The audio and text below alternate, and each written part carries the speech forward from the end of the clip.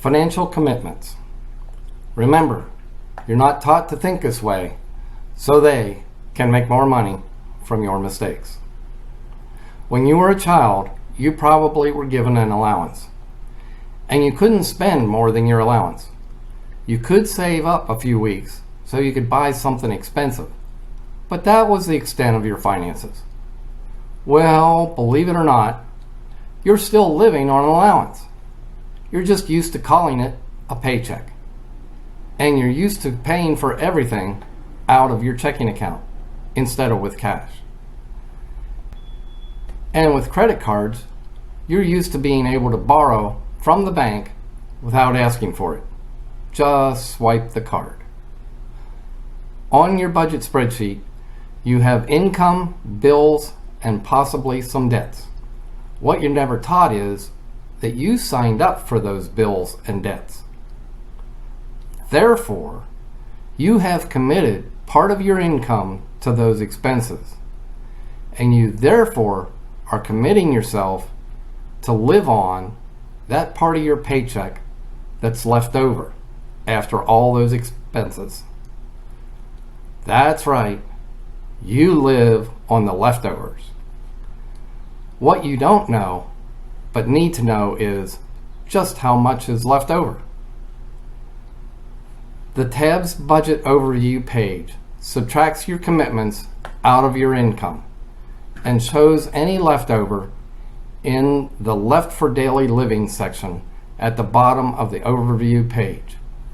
The leftover is that part of your income that's available for you to spend on daily living expenses such as food, clothing, gas for the car, etc. The budget spreadsheet is just showing you, possibly for the first time in your life, how much of your income is already committed and how much of your income is left over for you to live on. If it's not enough, then you either need to cut some expenses or make more income. Remember, you're not taught to think this way, so they can make more money from your mistakes. I'm going to help you to put yourself on a regular, fixed daily living allowance. Hold on now, relax. You'll be buying your stuff out of your allowance, but you will not pay any of those known bills and debts out of your allowance. How we do this comes later. Let me repeat that. You will not pay any of those known bills and debts out of your allowance. Your allowance is for your daily living purchases, food, clothing, gas for the car, etc. As you run across bills and debts that you missed while doing your budget, add them to the proper section of your budget.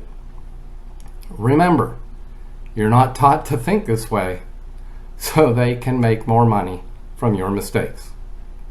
I know that statement's getting old, but it needs repeating to get some people to open their minds to other ways of thinking. You should probably repeat this lesson at least one time. See you in the next lesson. I hope this video helps you to understand and take control of your finances. Please help me by hitting those like and subscribe buttons.